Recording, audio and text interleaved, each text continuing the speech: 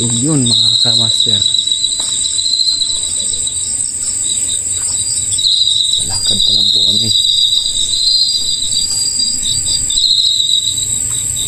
Sobrang layo na abutin kami ng dilim dito sa gitna ng gubat.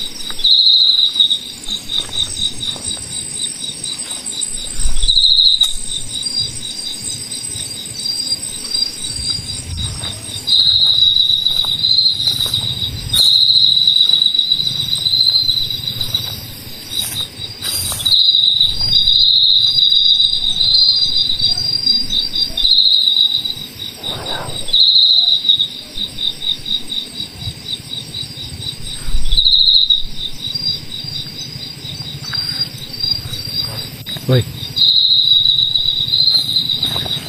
relax muna tayo, Brad.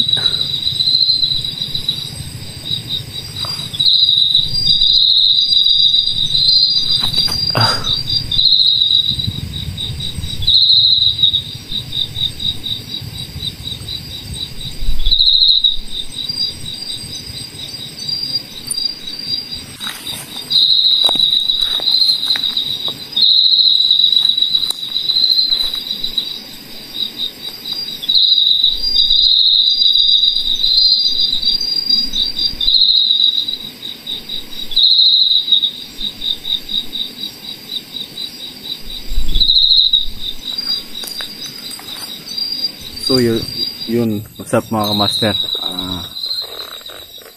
Dito kami nagbuta ng gabi sa gubat. Sisahin na po, hindi kami nakapag sa inyo. Ayun, i-update namin yung kalagayan namin dito. At kasama ko nga pala, tulad ng mga request niyo na hindi ako pwedeng ako lang. Kaya nagsama ako ni misteryosong tao. Tsaka yun, dito kami ngayon. Malaking mga puno dito sa likod. Si misteryosong tao nandun sa unahan. Kaya yun, sa mga master, samahan nyo kami sa aming muling pag-explore, paglalakbay. At sana kabayan tayo na walang mangyari sa atin na kahit gabi na, patuloy pa rin kami lumalakad dito sa gitna ng kagubatan. Dahil yun nga, pasensya na talaga sa lahat ng ayaw na akong pabalikin.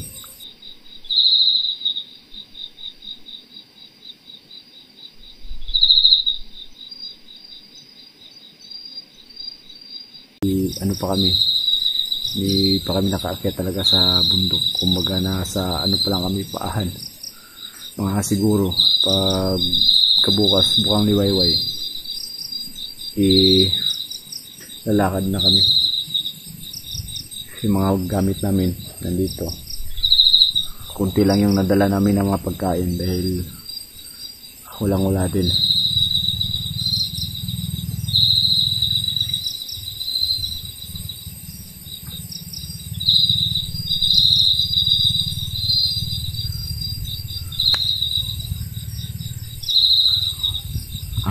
Ang sa amin lang ngayon kung saan kami matutulog.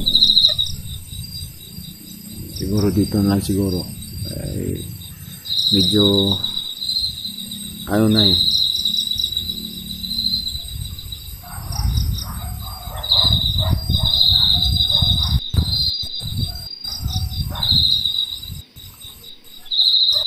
Dapat brad, dapat.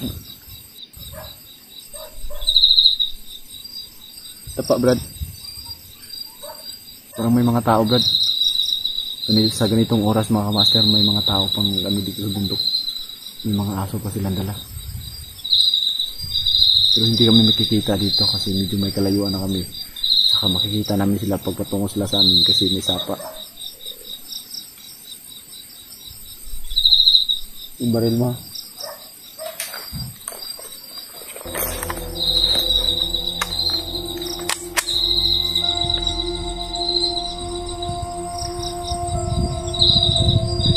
So yun mga kamaster, sana walang mangyari sa atin dito ngayon.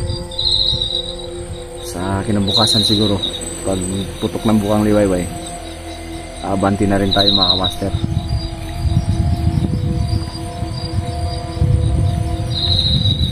Hinubad ko yung jacket ko at saka yung bag ko, sobrang bigat. Dala lang namin kunting bigas saka gulay. Wala kami pabili ng ulam na marami.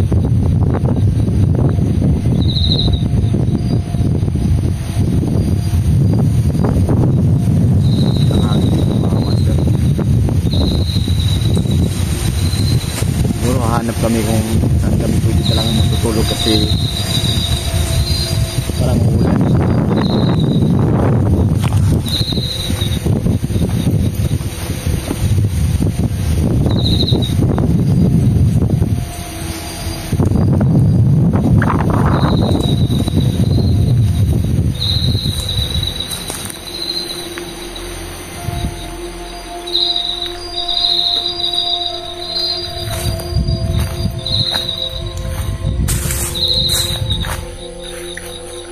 Saan tayo pwede matutulog dito bro?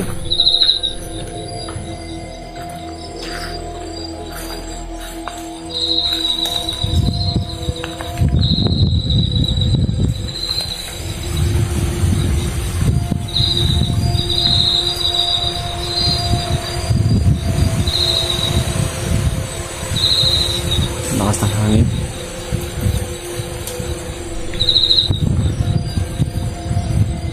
Mga master, sobrang lakas ng hangin mga master.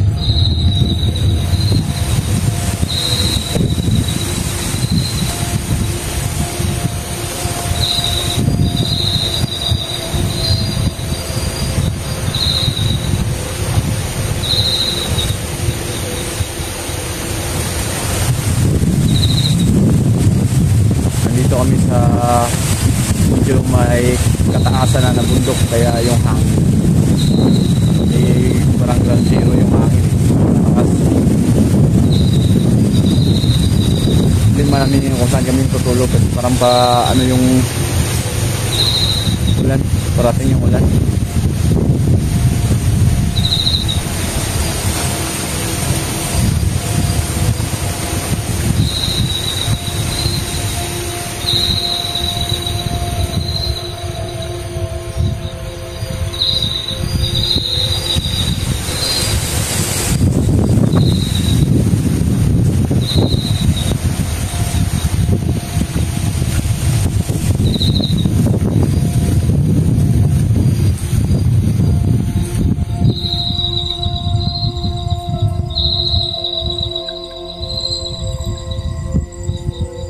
Brad, may malaking butas ito Brad.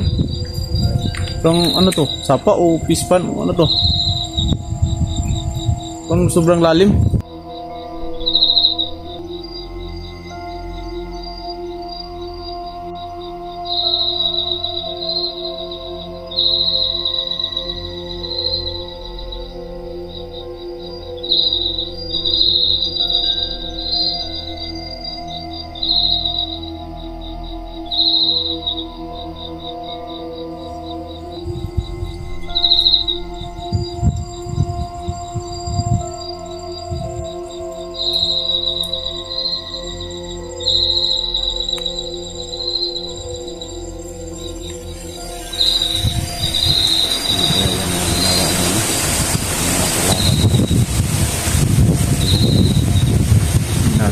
Pero sigurado yan.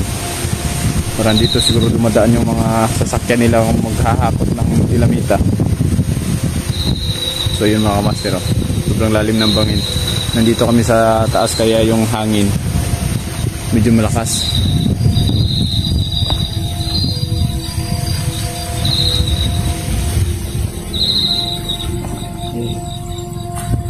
So yun mga kamaster, nagpapasalamat nga pala ako sa mga lahat ng taga-subaybay namin na ayaw kami pa akatin ulit sa bundok. Talagang tuduhanga ako sa inyong lahat dahil alam namin na nag-alala lang kayo sa amin eh. Pero hihingi ako ng pasensya o maghihingi ako ng dispensa. Kasi kailangan talaga eh. Kailangan namin gawin. At saka alam niyo mga master, sa totoo lang ako lang talaga sana mag-isa aakyat, kaso tulad nga ng mga sinabi nyo, saka napag-isipan ko rin, at saka hindi rin ako iniwanan ni misteryosong tao dahil alam niya yung kadelikado yung papasukan namin. Ako papasukan ko, kaya sinamahan niya ako. Saka tinawagan namin si Eugene na kumbaga habang babalik na kami sa kabundukan, si Sarge ay baka siya na lang muna yung ka Sarge.